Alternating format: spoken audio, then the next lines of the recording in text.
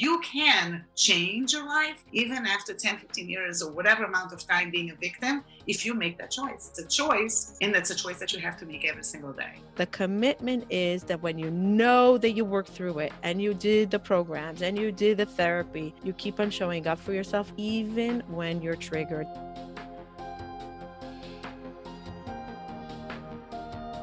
Hello, and thank you for joining our podcast, Hope to Recharge, a show that is designed to bring hope, inspiration, motivation, and some practical tips to those that are battling depression and anxiety, and to those that are supporting loved ones that are going through the journey in this difficult time of depression and anxiety. I'm here to tell you, you are not alone, and we will live beyond depression and anxiety. We will share our stories, one story at a time, in a world of mental health. Together is better. I'm your host, Matana. Thank you for tuning in.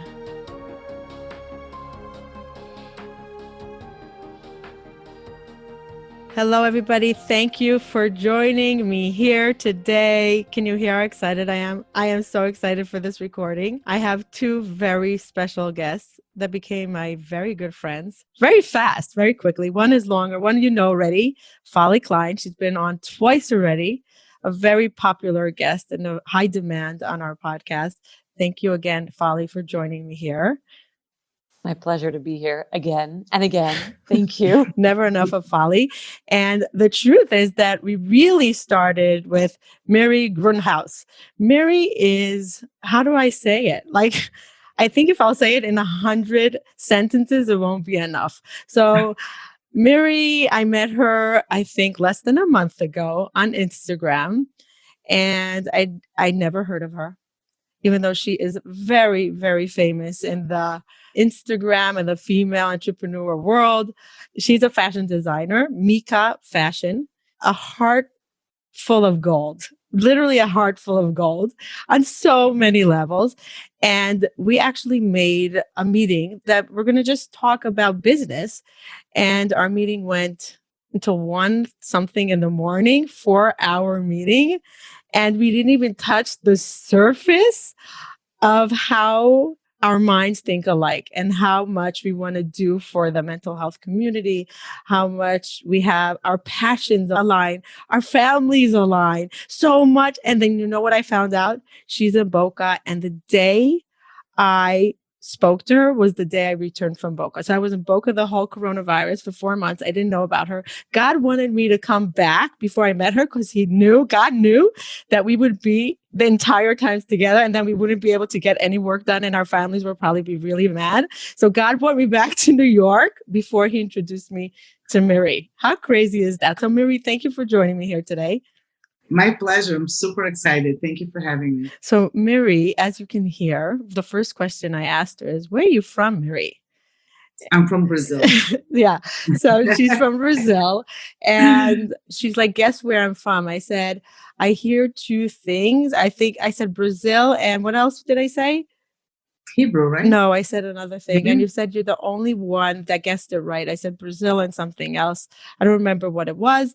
And you said it's funny because I am from Brazil and I do something in the other country that I guessed and whatever. I don't remember what the other country was. But anyway, so she has a very interesting background.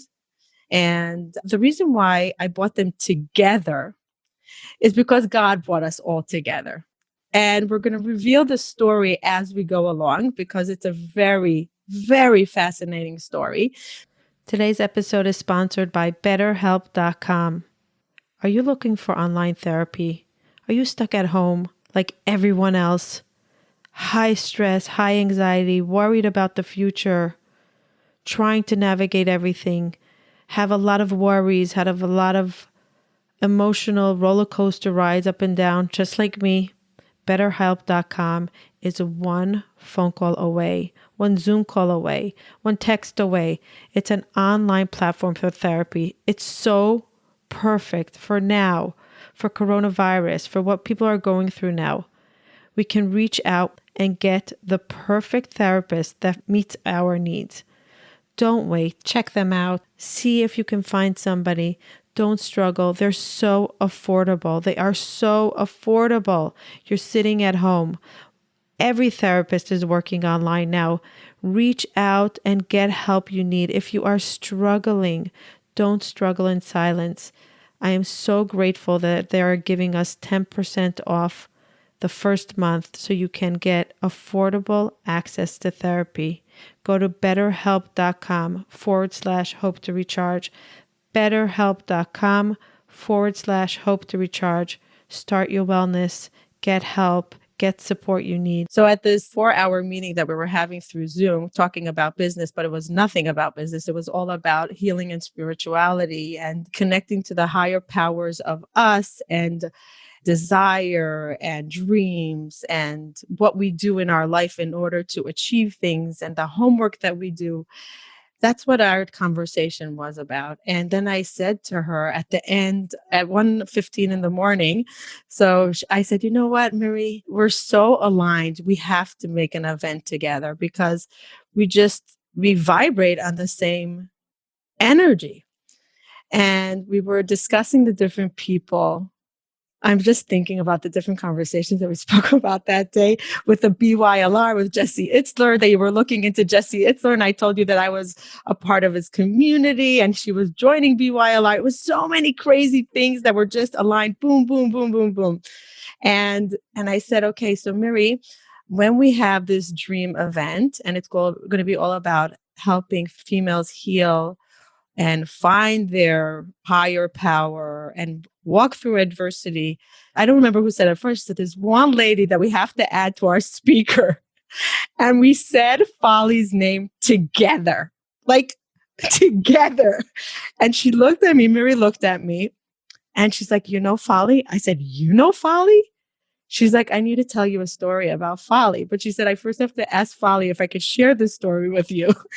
Anyway, the goosebumps started just getting more and more and more. And then we realized that Folly was going to be our trio in this episode that we're going to do all about healing the broken heart. But Miri is creating actually a course, and we decided that we're going to name this episode after her course. So Miri, before we name the course and what it's all about, I want you to give a little bit of a history of how you even got into fashion, where you grew up. Give me the background, where you grew up, how you came to America, started your family, and why fashion. Okay. So I grew up in Brazil, in Rio de Janeiro, and I was there until I was 14. When I was 14, I went to Israel for high school, where I was there for 4 years. And when I returned home, I really wanted to go into law school. My father was an attorney. I was very, very close with my father. He told me, come work with me because I'm not so sure that you're doing this because you love it or because you want to make me happy. I worked with my father for a year and I very soon saw that this is not for me. And I started studying graphic design and marketing. And then I came to America and I graduated with a degree in marketing and started my design firm after just a few years of working in the industry. And with time, my expertise became ethics and compliance. And my clients were the legal and compliance department of pharmaceutical companies. That was my niche. I did work for other sectors as well, but my expertise was promoting ethics. So I felt that in the end, I did something that my father would be proud, but I was happy in that environment of creative and marketing and design. So about, I would say 6-7 years ago, I always say it's not true because life is a mountainous terrain. We have ups and downs. We all experience ups and downs, right? It's not a flat line. I'm overall very resilient and strong person. So throughout my entire life, all of the downs that I had, I always managed to pick myself up pretty quickly and being naturally resilient. But about 6-7 years ago, I went through a hardship that really broke me. I am not going into the story simply because it's not only my story. And I feel that a story that belongs to many people should be talked together.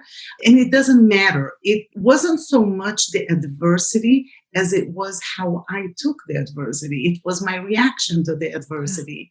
I felt very broken. And I really, because I'm a visual learner, I'm in the design field and I'm very creative. Those words mean something to me. The fact that I say I felt broken, I really felt broken. And I could see, I used to envision myself as a vase because I felt a vase is what keeps the flowers together in water. And my job was to hold my family together and I was sustaining it. So I could see the whole vision of the vase and I'm the vase. And then it fell and it broke and it was shattered on the floor and I couldn't hold my flowers together. And that's how I felt. And till that point in my life, during that time, I didn't feel like I knew my path back. Like I said, I was very close to my father. He always used to describe me as somebody with a lot of joie de vivre, which is zest of life. And I was disappointed with myself that I was disappointing him in my sadness. So it wasn't only that I felt broken, but I felt that I was making my father sad that I was sad. And then was the aha moment. It was that one day that everything began to change. A friend of mine sent me a video of a Thai man describing the art of Kinsugi. And he was speaking with a soft voice, it was almost a meditation as he was describing it. And we could see the pictures and the video of the pottery that it was put together with gold. And it was at that moment that I understood that I would be able to put my pieces back together. I just wouldn't look the same as I did before. And maybe I would have a different purpose as than holding flowers and water. Maybe my purpose would be a different one, but I could end up being stronger than before because kintsugi, the pottery, where it was put back together, becomes stronger. So if it falls again, usually it does not break where it had been mended before. It has new breaks, but not where it had been fixed. Mary, can you elaborate for those that don't know what kintsugi is? We're going to put the link to that video because it's a very popular video, but just elaborate a little bit of what is the art of healing through kintsugi that they should understand. Sure. So in Japanese culture, when pottery falls and breaks, they don't throw it out.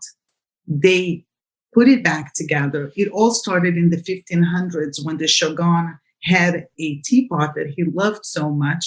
And when it broke, he was devastated. He sent it to China to be fixed, and they fixed it with metal. And he really didn't like it. It was almost like staplers in the pottery. And he put it out in Japan for artists to figure out a new way. And this Japanese artist discovered this lacquer called urushi that comes from a certain tree that it really glues. If you let it enough time to pass, it holds the pieces back together really strongly. And what he did after polishing is that he added gold, pure gold, to highlight the breaks, and he created art with that. The shogun loved it so much, it became even a more favorite piece of his than before that it had been broken. And with this, it was so celebrated that it became an art common in Japan. Now, in Japan, everything has some meaning and there's a philosophy behind it. So this became immediately something that taught people that just like you don't throw away the pottery, the fact that you break, that doesn't mean that you're garbage. It only means that the work is beginning and you can make something a lot more beautiful, a lot more valuable and stronger.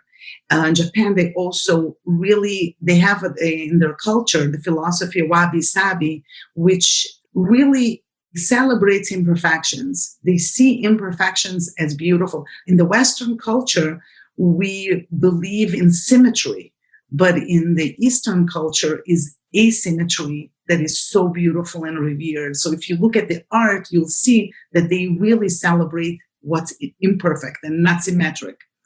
They are very much into keeping the old together, the parents and grandparents and the family. It's all about learning and growing in their culture.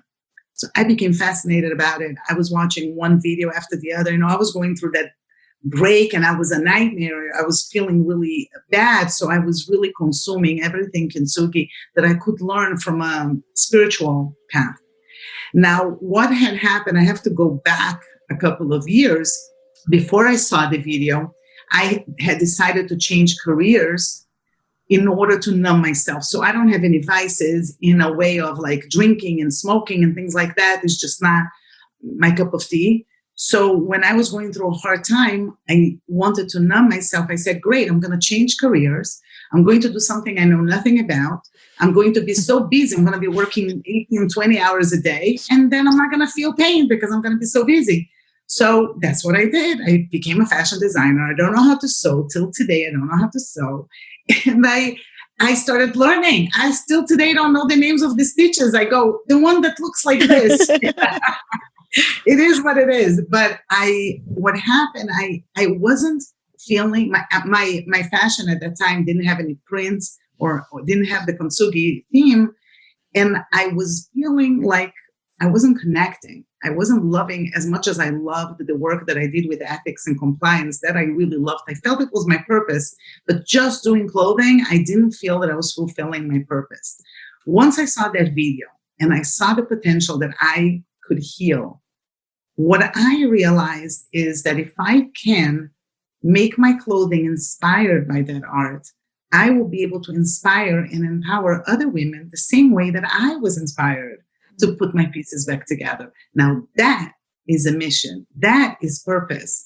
If I can, because I'm a visual learner, I'm not the only one, let me inspire other people through the visual. Let me start telling this story. The collection completely changed and everything. I changed my tags and my stories and I started doing photo shoots and I started then interviewing women that had gone through hardship and healed. I wanted to know if these women had something in common. I wanted to know if I could reach a bigger amount of people. Like, is there something that these people are genetically predispositioned to heal, or can anybody heal? So I literally believe with my whole heart that God brings me the people that I interview, because it is fascinating how my world collides with these women that have absolutely nothing, like doesn't make any sense that I'm meeting these people, but I do. And they open up to me and they share with me what happened to them. Those meetings are very cathartic. Sometimes they're crying, sometimes I'm crying. They're difficult. I'm an empath, so I feel everything. I feel their feelings through the interviews. But at the same time, they teach me so much. And I started implementing the lessons. So after I do the interviews, I write my top 3 lessons from that individual. What did I learn from them? I'm very introspective like that. And I always said, okay, so I listened to the story. What did I learn from this person? Either from her story, from the way that she expressed her story. And I write down the lessons from those interviews. And then I said, okay, great. Now I have to share this with the world. So I'm doing the blog and I'm sharing the stories. The blog is on my website. Now I'm writing a book. The book is by the editor. I want this message out. I want to impact so many people. So that's when I decided, you know what? I'm going to develop my course. I'm going to create a structure for me to lead the women into this path. And everything is done with a very visual way of healing. Kintsugi is a big part of it. And the steps of healing of the course is the same steps of fixing a kintsugi piece. And the lessons that I learned from these women are embedded in the course. Mm. It is a fascinating journey. It is a difficult journey. I shared it with you yesterday when we were in a multi-hour conversation. I said, because on my first video, I'm telling you, this course is hard. This course is not easy. And I cannot promise you that you're going to succeed because you need to do the work. I can only guide you. I can only take you there. I can only show you what worked for every single woman that I interviewed. But you need to actually do the work. So the question is, are you ready? Do you believe in yourself? And are you ready to do this difficult work? The most amazing thing I found out through the interviews was that it didn't matter the adversity. You see, I thought that women that come from different countries or from different cultures, from different religions, the way that they would heal would be different. So I was curious to know, what did they put in place? But I found out that it didn't matter the age, their religions, their background, their ethnicity. But what's more is that it didn't matter the adversity, the healing process, the decision to choose joy and to start working on it is the same. Yes, some people have mental illness. They may need medication. They may need certain therapies that somebody who doesn't have won't need those things. But that's not what I teach. That's not part of the program. The part that's holistic, the part that it's in the mindset, the part that it's in the power within the person, it is the same thing between all the women. So in my book, the 10 golden nuggets to healing, and in the course, I go through the process. Those golden nuggets are dispersed inside the modules that are connected to Kintsugi. Wait, I have so many things. Folly, were you laughing at so many things? Because we're like our minds are like a triangle. Did you not see me nod the whole time? Like, yes. Tell me everything. First of all, when Folly and I recorded last time, we were talking, Folly's course was called The Vessel of Truth. And and I left her a message about being a vessel before I even knew that that was the name of her course. I said, we have to be a vessel. We need to take out the negative. Right. And what did you say? You're a vase, a vessel. For roses. I'm like, oh my God, we're so aligned. Yes, it's all about being really a vessel. And it doesn't matter as long as the vessel is empty or full of positivity, or there's room for more positivity. But if it's full of negative or broken, it can't hold anything. So that's, first of all, I wanted to say that it's so interesting that you use a vase as the visual of what you were. And it's so true. It's really so true. I just wanted to add, to tell the audience what Miri did not say, that the whole Mika fashion, her clothes have gold symbols all through her whole design. Her whole fashion line is about the beauty of Kenzugi. Gold, different sizes, different cuts, different angles of gold throughout her fashion, which is so beautiful, different. And she is super talented. And you have to see her clothing line. Like, you're going to just go into like this big, like, I want it all. And hopefully she has it in my size. So that was what, so she's really talented. And I wanted to add, Miri, that you told me that what you found out from all the women and through your own recovery and finding like a bigger, higher power and connection to yourself was when you were finding meaning. Oh, 100%. Right? Tell me about that. Yeah, I mean, I can tell you, there's 3 stages in the recovery. You were a victim, then you're a survivor, and then you're a thriver. Some people remain forever in victim mode. Some people graduate to survivor. Some people become thrivers. The difference between the thriver and the survivor is that the thriver uses exactly their mass as their message. That becomes their purpose. They find meaning in whatever broke them, and they say, okay, I'm going to take that and I'm going to heal the world. I'm going to help others that went through that same experience. Because, when you do that, you give reason to the pain that you went through. Because one of the very difficult things for people to make peace is I don't understand. Why pain? Why do we need to suffer? Why do I need, not just me, why there needs to be suffering in the world, right? It's a private issue. It is a community issue. Why do we need to go through pain? But then when we experience the pain and we manage to resolve it and we say, oh, I understand. That's why I'm here, because I need to take that, something that I've learned, and I can help other people. I'm telling you, every single woman that I interviewed are grateful to have gone through what they went through. Now, nobody wishes bad things to happen. Nobody wishes to experience such tragedies or challenges, but they don't want to go back to the person that they were before.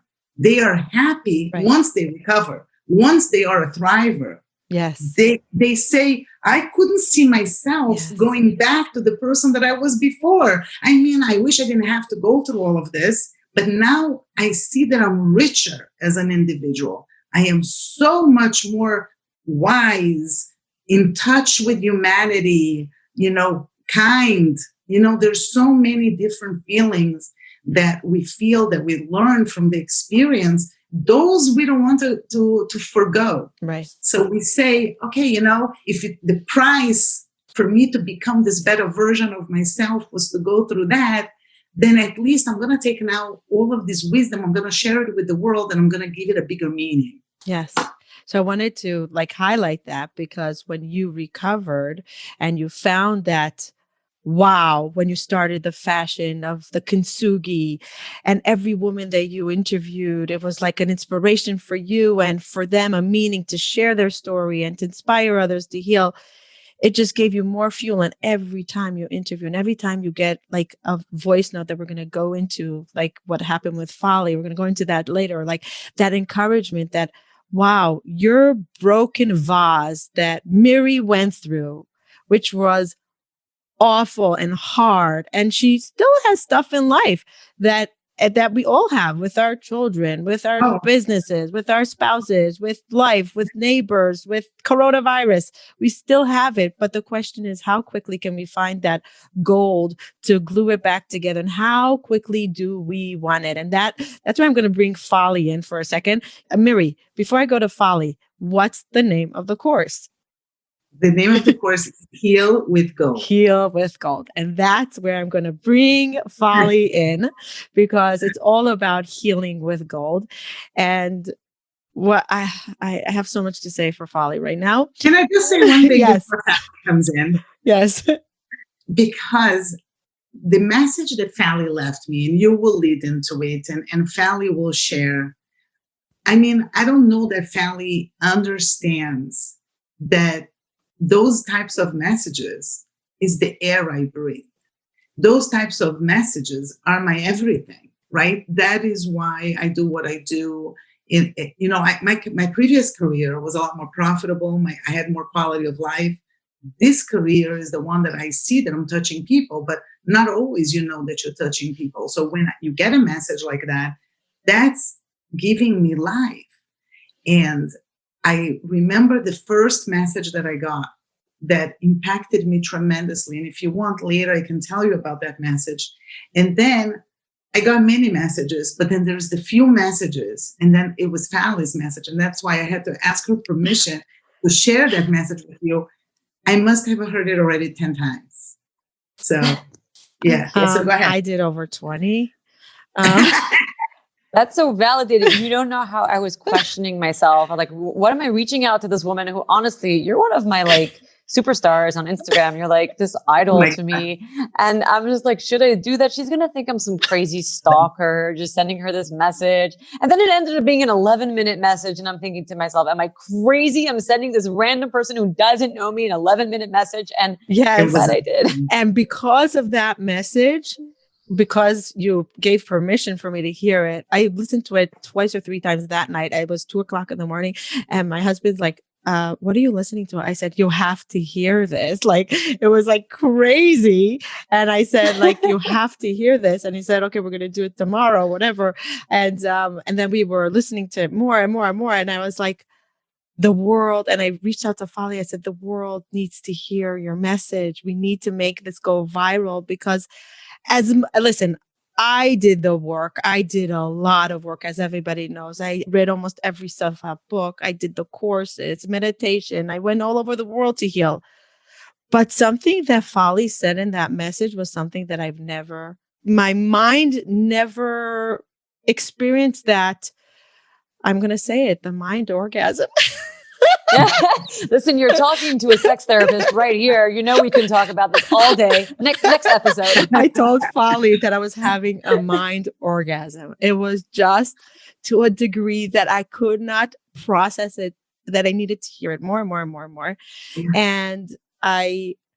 And then I said, okay, Folly, we have to do this interview, because this whole connection, by the way, this Zoom, I think it's the first time you're seeing each other, right? I saw both of you many times, Yes. one-on-one. But this So is I the saw first your time. video. But this is I first. watched your video.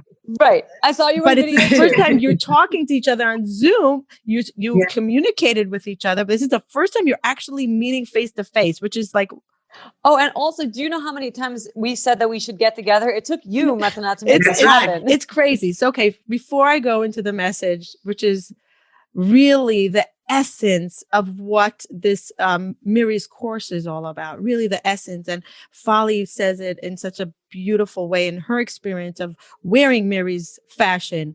And as Folly is in the whole world of spirituality and healing and hypnotherapy and anything you want to talk about, you can talk to Folly about. And even it could be about mold. She'll talk to you about mold and the different shapes of mold. Do you want to see my mold experiment? It's right here. My mold she experiment. It's right with next mold. to She me. experiments with art. She's an artist. She's a musician. She loves drums. She loves. And my 4 drums are sitting in front of me on the table. And she's allergic You know to me avocados, so well. but she wants to reconnect with avocados one day. So there's so much about Folly that we could talk about, but I want to focus about the message. But beforehand, Folly, I want to touch upon something that you say so beautifully, and we speak about this a lot. I know you for a year and a half, and I think every single time we speak, we talk about this. And this is what Miri said, that you need to go from the victim, survivor, thriver. So we speak about this a lot, and a lot of people don't like hearing it, that you need to leave victim mode and you need to own your story and you need to be okay with your story. And you can't say, you don't understand. You know what? As healers, we hear a lot, but you don't understand. You don't understand. Let's say it in a nice way that people should understand, Folly, because you have a way with words. Can you explain to people what that means? That we're not empathetic and we can't want it more than you need to want it, but we know what it's like to be on the other side. We have that joy orgasm, and I'm going to call it orgasm because it's really an experience of joy that you've never experienced before. If you didn't go through the adversity, it's a different experience of life, of a vibration of life, of connections.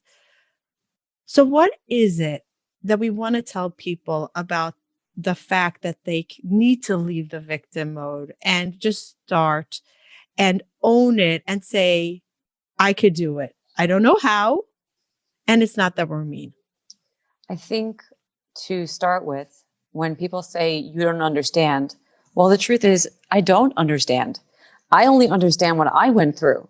And I will never understand what you went through, even if on the surface, it seems we went through the same thing.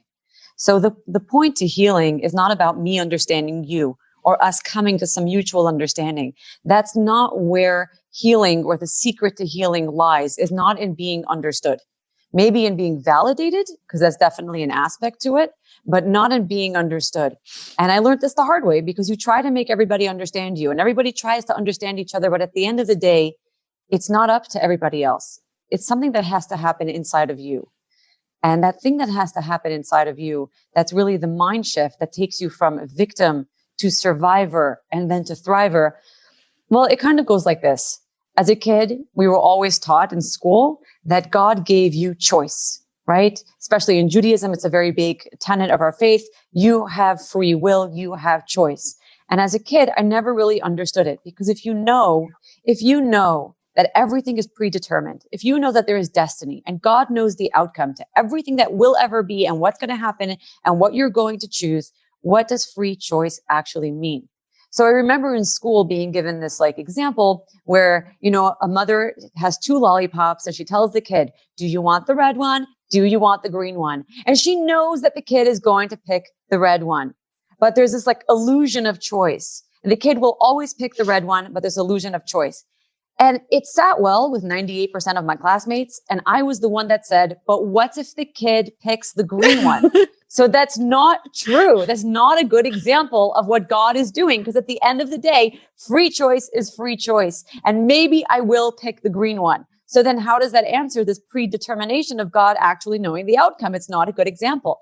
And it took me a very long time until it finally clicked for me. That's not the free choice we are actually being given, because sometimes you don't have choices that you like. Sometimes your choices feel very, very limited. And sometimes on the surface, it even seems like you don't have a choice. Nobody gave me a choice. And Miri, I know no one gave you a choice about the circumstances that you were put through. You woke up one day and you found your life broken to pieces. We didn't get it. We didn't choose that. So where is free choice? And I realized free choice is in your mind. You can choose how you want to see the situation, how you want to talk about it, how you want to think about it, and how you want to go about it. That is the free choice that God leaves completely up to you.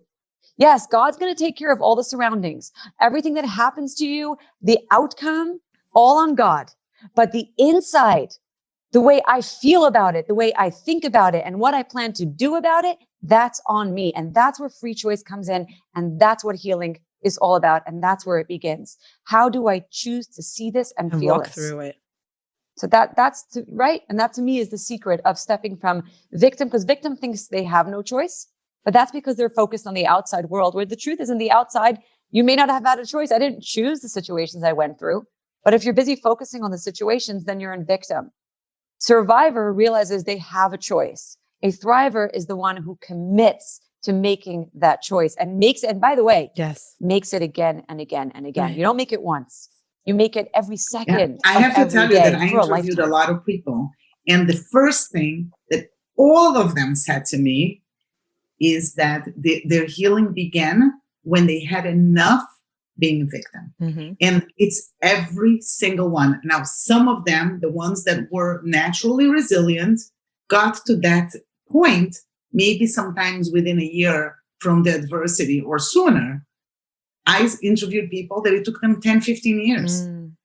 So that's why it was very obvious for me to see that it's all types of women. It's not, you can change your life even after 10, 15 years or whatever amount of time being a victim, if you make that choice. It's just like Fally said, it's a choice. And that's a choice that you have to make every single day. And when people come and say to me, I want to do it. How did you do it? I can't. I don't know. All the reasons. And I said, the money, right? I don't have the money. I can't. My husband, my job, my children. And I am not minimizing it. They are real hurdles. There are really hard things that we have to figure it out. And I always say to them, when the excuses stop, that's when you know you're ready to commit to the process. Mm-hmm. And I said, you will know when you're ready to commit to the process. And it's a constant, as you said, it's a constant commitment. It's when we start and we're a year in, and then we feel like we went all the way back because we had a trigger and, oh, I thought I healed, but it's really, oh my God, all these emotions are coming back. And I thought I forgave, but why am I hating this person? And I thought that I was over the trauma and here I didn't sleep. The commitment is that when you know that you worked through it and you did the programs and you did the therapy, you keep on showing up for yourself, even when you're triggered, even when you go back, you're like, okay, let's stand up and start walking again. Let's take that step and not giving up.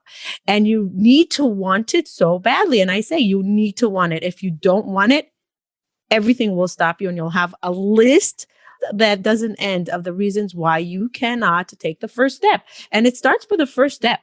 It doesn't start by knowing the path. There's no GPS that tells you, okay, you're going to get there in 3.5 years or 2.5 months or whatever. And this is the road you're going to take. And this is the stops you're going to take. And this is the money you're going to need. No, you take the first step of commitment and then it opens the next door and the next door and the next door.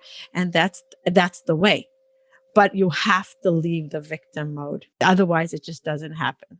It just doesn't happen. Living with mental illness can be full of pain, frustration, and anguish. At times, it can feel like you are completely alone. Well-meaning loved ones may not understand what you are going through and might not be able to offer the support you need. Finding the right source of support is crucial to your journey of healing.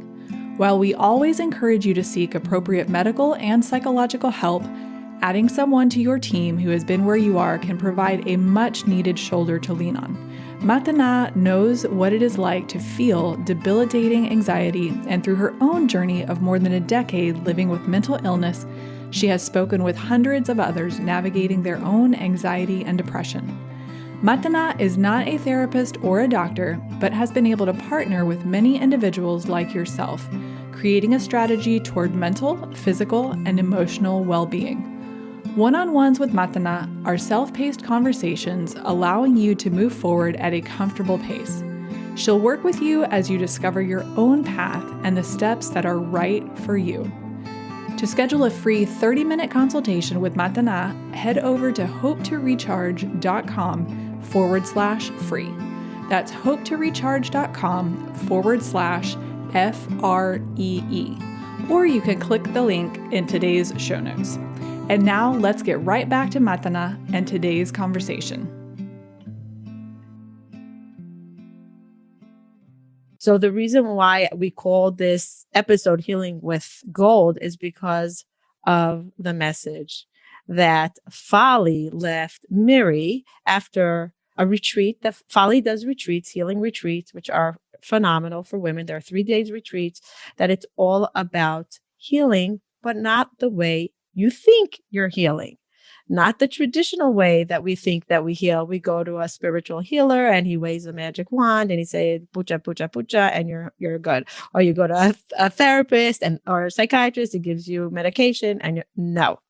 So Folly's going to explain in a minute her way of healing. But what was so interesting was about the message was, it was the biggest testimonial for Miri about what it means, but it's exactly what Folly's retreats are all about the idea that you can hold a broken heart. And a broken heart is sometimes the most beautiful place. So now I'm going to hand the mic over to Folly, and I want you to share what you shared with Miri on that voice note. If you remember, and if you don't remember everything, I probably know it by heart by now. And that it happened right after you came back from the retreat. You sent it to her. You didn't really know each other. And you said, I just want you to know what this dress meant to me. And it was right after Miri was trying to figure something out. I think her father was a year to your father's passing, Miri? Was it? No, it was with the whole story with the museum. Right. Okay, she's going to tell that story. Don't give it away yet. There was something, it was like it was a message from above, like just a message to say, keep on going, keep on doing what you're doing is changing lives. And Folly told her view of what this kintsugi dress means to her and how she incorporates it into healing tons of women, tons and tons and tons of women, and they incorporate it into their lives. And it all started by women in Boca creating this kintsugi line. And Folly in Brooklyn is doing worldwide events with the kintsugi dress. So Folly, tell the story. Wow, thank you. So where to start? So the workshops that I run, we call them Journey to Home. And really, the workshop is about the journey itself. Home isn't a place. Home is an experience. And you know this because I know that every time I visit Israel and then I come back to America, and yes, this is my house. But for a long time after I come back from Israel, which feels like my home, my house in Brooklyn doesn't always feel like my home.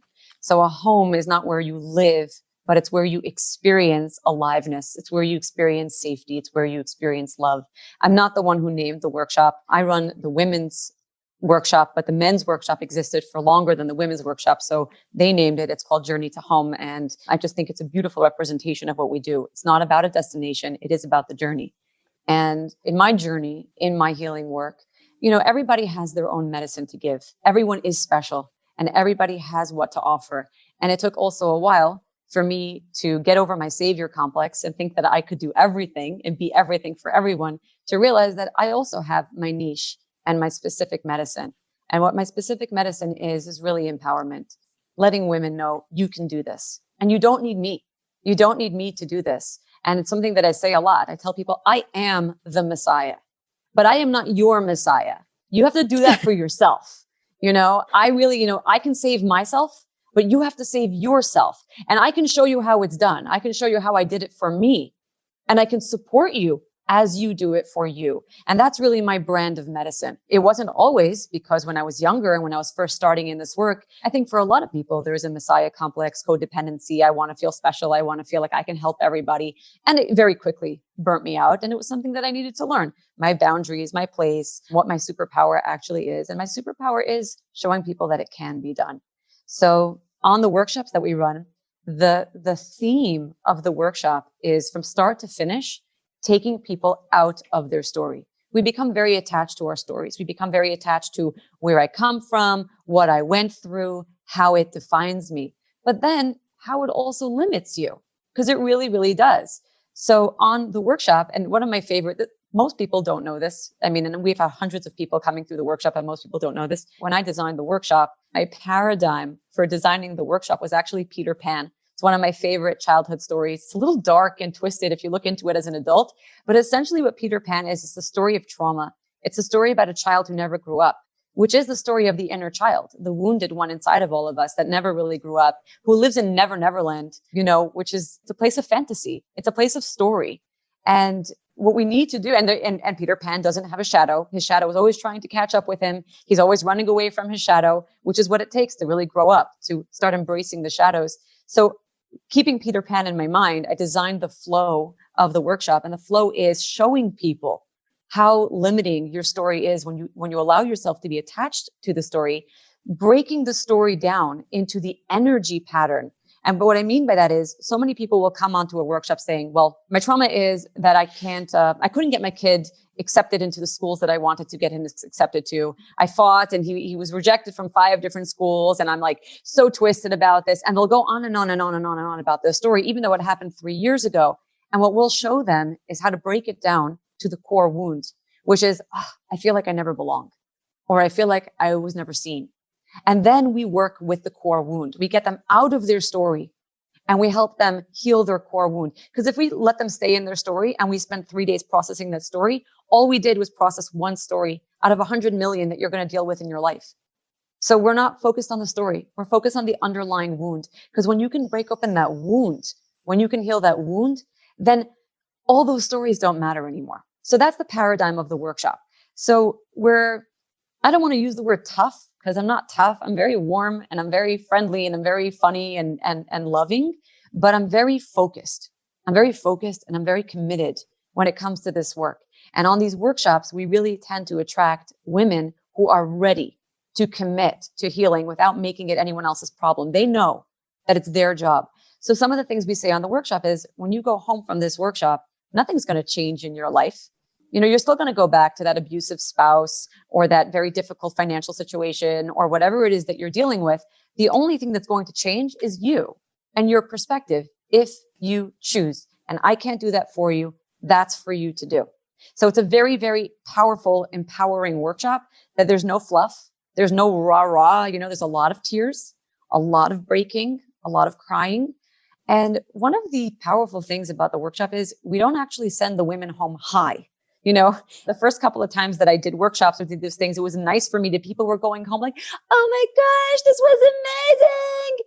Then they had this like horrific crash 5 days later when real life hit. And then we learned how to kind of guide them through the journey in a very grounded way. A lot of them go home feeling really raw, really open. And I tell them, that's beautiful because you are strong enough to handle that. You're going to go home very real, not fluffy, and then crash a week or 2 later. And the track record for the women who have gone through the workshop is a year, 2 years later, they're still doing very well. They haven't had that crash because we really start from the basement and we do that real, raw, vulnerable work, and they know that they're ready. So bringing it back to Kenzugi, these workshops take everything out of me. They're exhausting. I'm like without sleep for 4 days. The workshop is essentially 3 days, but our staff comes up a day earlier and we have our own separate staff workshop. So comfort is everything for me, And when I was introduced to the kintsugi dress, it was perfect. It was comfortable. It was beautiful. I mean, as much as I tell people you can walk around in sweatpants, as the facilitator of the workshop, you want to look a certain way. You do demand a certain respect. And it's over a weekend. It's over, Shabbos. You want to dress nicer. Her dress was perfect. It was so perfect. And every workshop, Friday night, I show up wearing this dress. It's comfortable, it's stretchable, it's breathable. At this point, half my staff shows up wearing this dress because everyone who sees me in it is like, where'd you get that? I want that. And then sometime around Friday night, around the table, we start talking about, it ends up being very organic. It's not like, guys, do you want to know why I wear this dress? Although it's becoming more and more of like a thing on the workshop that I wear the dress, and we know that some time, Friday night, I will end up talking about the dress, about kintsugi, about what it means to heal with gold and why this dress means so much to me. But on the last workshop, something completely different happened. Thank you so much for joining me here on part 1 of this incredible episode. But wait, there's more. Part 2 is coming up in the next few weeks. Stay tuned for it. If you want immediate access to part 2, because this episode is really amazing. Part 2 has the highlights of all of the tips and tricks from Fally and Miri. It's really one of the most powerful episodes of all 140 something episodes on Hope to Recharge. You can find immediate access to those that can't wait. It's on our website. Go to hopetorecharge.com and you can find it under our premium content. You will find a direct link to download part 2 of this amazing episode. So you can either find a link in the show notes, just go to the show notes and you'll find a link to part 2 of Healing with Gold episode, or you can go directly to hopetorecharge.com, go to episodes, premium content, and you're going to find part 2 of this incredible episode. Or you can just wait until it's released on the regular platforms, whatever you use usually. Here's a sneak peek of what is hiding in this incredible part 2 of Healing with Gold episode. My life is magic. It really, really is. And so many times when I share stories with people about some awesome, crazy thing that just happened to me, because the most crazy things happen to me, like really, and you know some of my stories, anything I want, it's just boom. It's like on a silver platter. And people always say, Fally, only you. But it's not true, because it can be you too. Living a life full of magic is a choice. And magic, I know in the world of fantasy that I grew up in, I'm a Harry Potter generation, you know, it always says magic always comes at a price. And they say it in this like very negative way, magic comes at a price, but it doesn't have to be a negative price, but there is an entry fee. It's like you said, there's a founders club, right? There's a buy-in to living a life full of magic, and the buy-in is making choices. And sometimes those are very difficult choices, but at the core of it all is, do you choose to be a victim or do you choose to live a life with magic? And magic doesn't always mean it's going to be easy, but you can do this. And that's healing with gold. It's healing. It's honoring your cracks. You will go through your life showing off your cracks, but they will be filled with gold, and you can do this. It's okay to have a broken heart, and don't run away from it. Look at it, feel it, sit in it, because the healing comes through the broken heart. It really comes through owning the broken heart. We're so used to, give me medication to numb my depression, give me medication to numb my OCD, give me my medication for my anxiety. But what is triggering all that? Something, a trauma, a brokenness. If we just sat with our brokenness, and I say this often on my podcast, that my yoga teacher, Devira, may bless her heart, she used to say to me, stop running away from it. Sit in it, feel it. And I said, Devira, I am going to healers that I'm spending $5,000 an hour. You think I want to sit in this pain? I want to run away. She said, stop running. The answers are inside you. Just sit in the silence of your brokenness. And I remember saying, like, I won't survive. If I sit in this pain, I'm not going to survive. Thank you for joining me here. Bye till next time. Thank you for joining us and taking the time to listen. I really appreciate it. Please hit the subscribe button so you can hear further episodes. If you are listening to us on iTunes, please leave feedback and ratings below. Let us know if there's any topic that you would like to hear from us in the future. Bye till next time.